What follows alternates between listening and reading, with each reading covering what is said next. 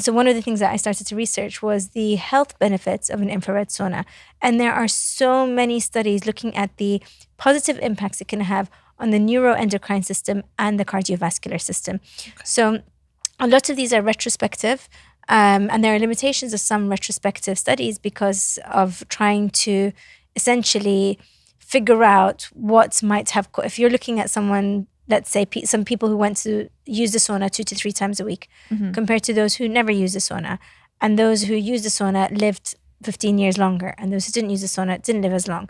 Is that because of the sauna, or is it because of their lifestyle? So how are you checking for what we call confounding variables? Yeah.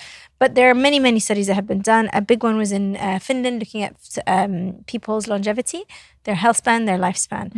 And there have been meta-analyses as well. And a meta-analysis is essentially an assessment of all of the different papers out there, Cochrane reviews, randomized control trials, cohort studies, prospective, retrospective studies, which are all different types of, different degrees of scientific literature that have different levels of what we call levels of evidence.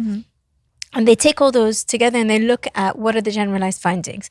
And they have found that using a sauna consistently, and consistency is a big thing, and I'm talking about 2 to 3 times a week over a long period of time, will induce these heat shock proteins, will stimulate the cardiovascular system, will stimulate the neuroendocrine system, and the cytoplasmic and wound healing responses, aid with muscle recovery, reduce chronic inflammation, reduce the onset and rate of acceleration of Alzheimer's disease, and also reduce mortality, all-cause mortality, which is death by any cause, but also cardiovascular disease. Okay.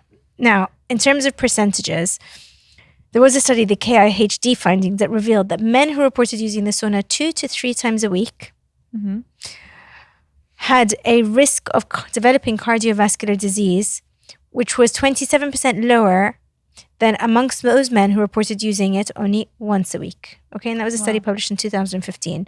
So what that is telling us is actually consistency and frequency is important when it comes to this impact.